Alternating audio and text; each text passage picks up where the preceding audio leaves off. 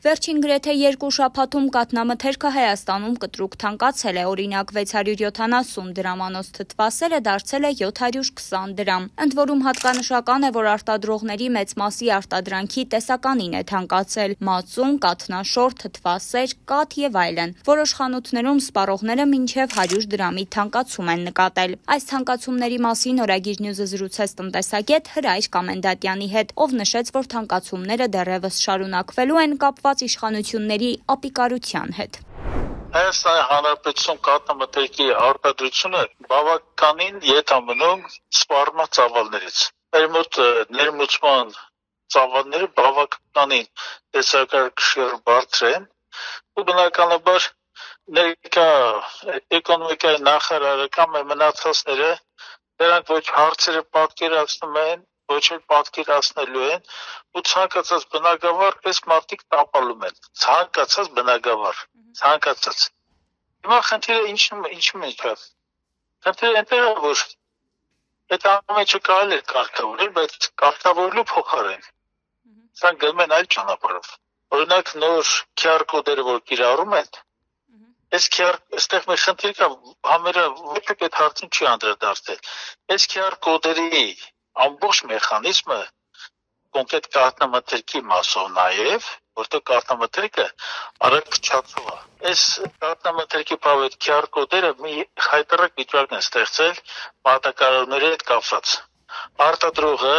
ամեն մի տուփը սկանավորում է, այդ ամեն մի տուփի սկանավորումը միշտ չի որ արագ լինում է, պատկերացրեք, ընդհանրենք օրական 1000 տուփ առաքում պետք է կատարի, չէ՞, տնտեսվարողը։ Մոտավորապես մի սկանավորումը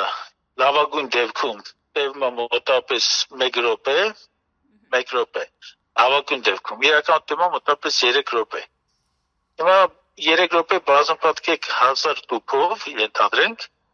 դեռ ինչ է ստացվում։ Ստացվում է, որ առաքողը պատրաստի արդեն լցված ապրանքը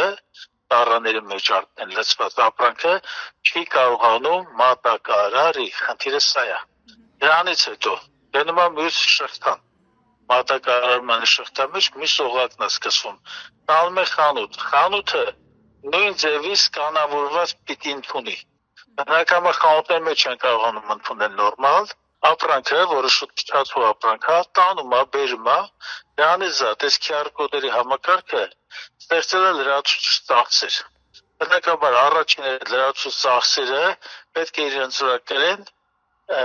արտադրողներն էլ ինչ են անելու, բնականաբար ծախսերը պետք է ինքնարժեքի մեջ ներառեն, չէ՞, եւ շահույթի վերադիրը որոշակի կիրառեն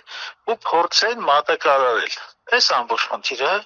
այս ապիկարները, այս բնակավարներն են քայքայել ու խնդիրը հիմա նա է, որ այդ թանկացումները անընդհատ շարունակվելու են, անընդհատ։